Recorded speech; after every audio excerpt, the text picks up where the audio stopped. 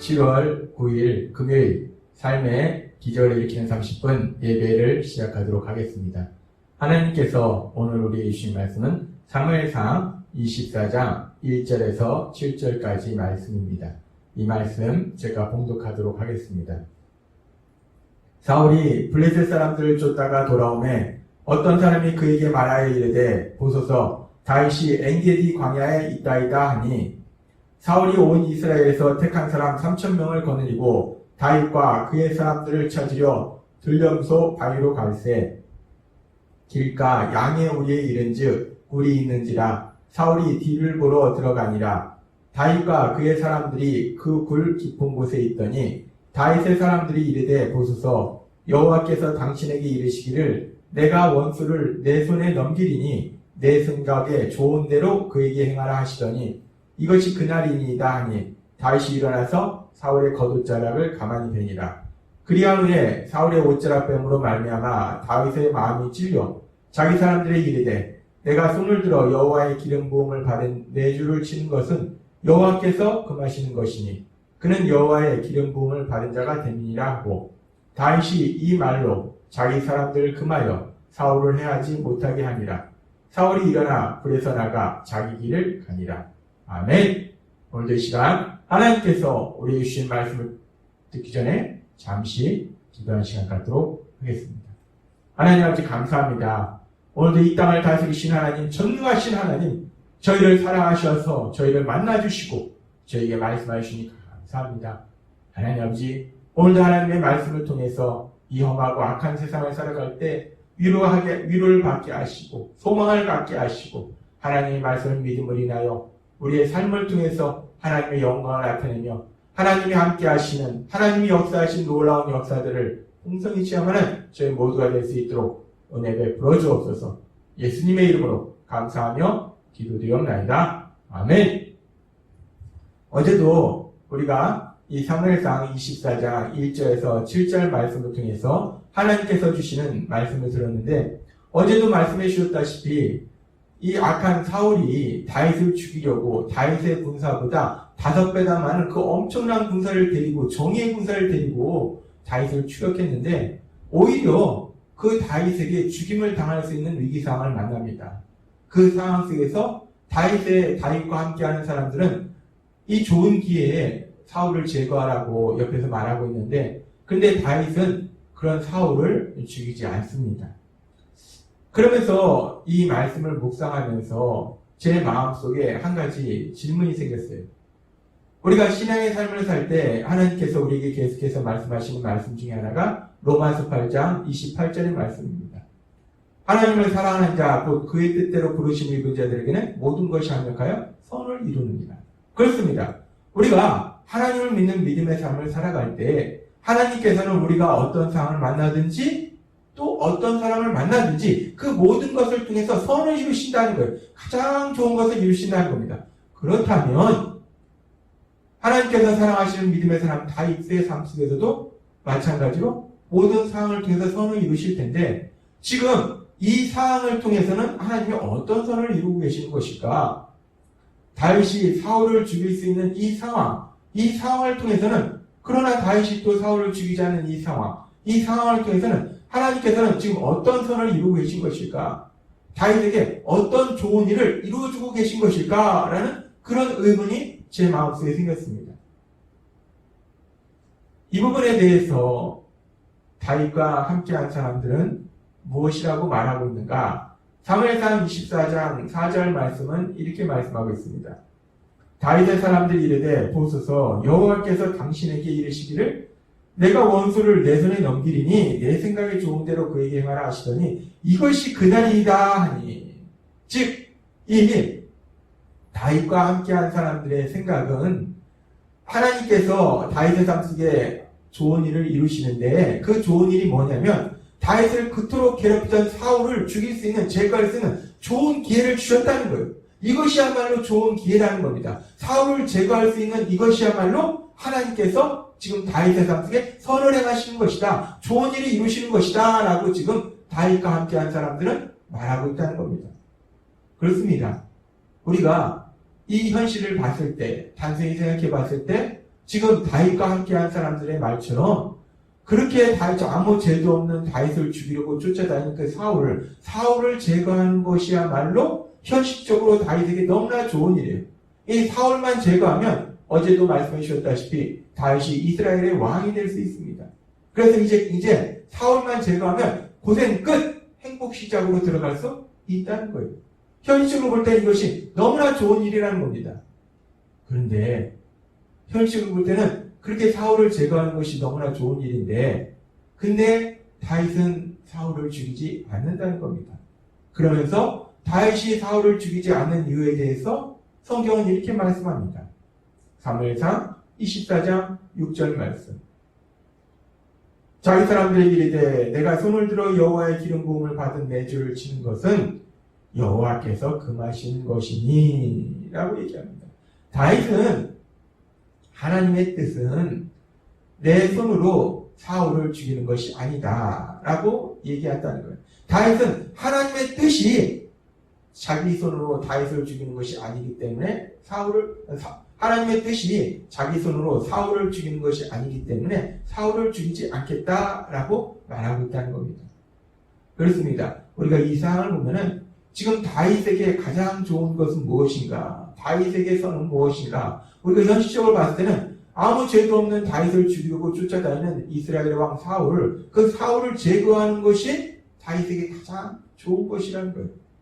그런데 그럼에도 불구하고 다윗의 말을 묵상해 봤을 때 다윗이 사울을 죽이는 것은 하나님의 뜻이 아니구나.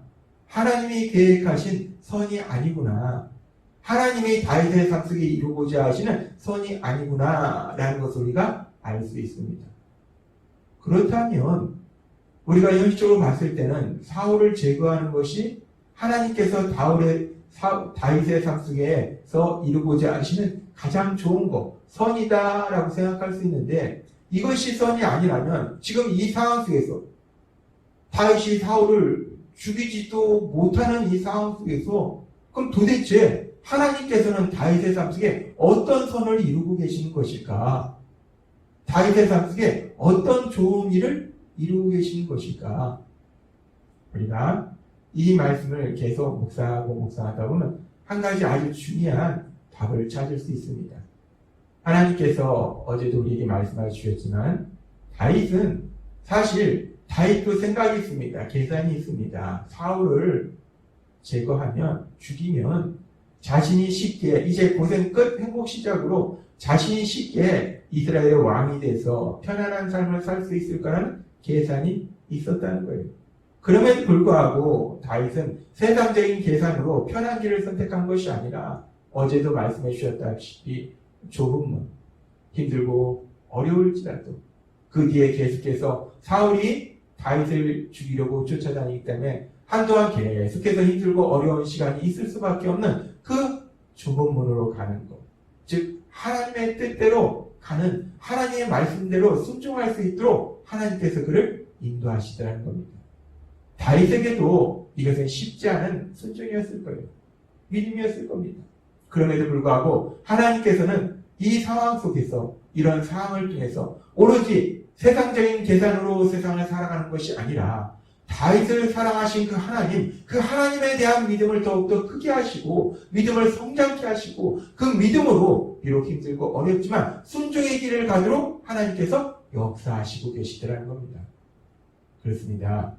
하나님께서는 지금 이 상황을 통해서 사울을 죽이도록 이 상황을 만드시고 이 상황을 사용하시는 것이 아니라 이 상황을 통해서 다윗의 믿음을 성장시키시고 다윗이 그 어떤 상황 속에서도 순종할 수 있는 사람으로 만들어주고 계시더라는 겁니다. 빌립보서 2장 5절에서 6절, 8절은 이렇게 말씀합니다. 너희 안에 이 마음을 품으라. 곧 그리스도 예수의 마음이니 라고 말씀합니다. 예수님의 마음을 품으라는 거예요. 우리가 예수님을 닮아가라는 겁니다. 그러면서 계속해서 이렇게 말씀합니다. 그는 근본 하나님의 본체시나 하나님과 동등됨을 취할 것을 여기지 아니하시고 오히려 자기를 비워 종의 형체를 가지사 사람들과 같이 되셨고 사람의 모양으로 나타나사 자기를 낮추시고 죽기까지 복종하셨으니 곧 십자가에 죽으심이라 라고 말씀합니다. 하나님께서는 바울 사도를 통해서 예수님을 믿는, 하나님을 믿는 우리들에게 말씀하실 때 예수님을 닮으라는 거예요. 예수님의 마음을 가지라는 겁니다. 그 예수님을 닮는다는 것이 무엇인가? 예수님께서 십자가에 죽으시기까지 하나님의 말씀에 복종한 거, 순종한 거. 그렇게 하나님의 말씀에, 하나님의 뜻에 순종하는 그 예수님의 마음을 보라. 예수님의 뜻에 순종하라. 하나님의 뜻에 순종하라. 라고 말씀하시는 거예요. 그렇게 예수님을 닮으라. 라고 말씀하시는 겁니다. 근데 지금 우리가 지금 사무엘상 24장에서 보고 있는 다윗의 모습이 바로 그렇게 예수님을 닮는 모습이라는 겁니다.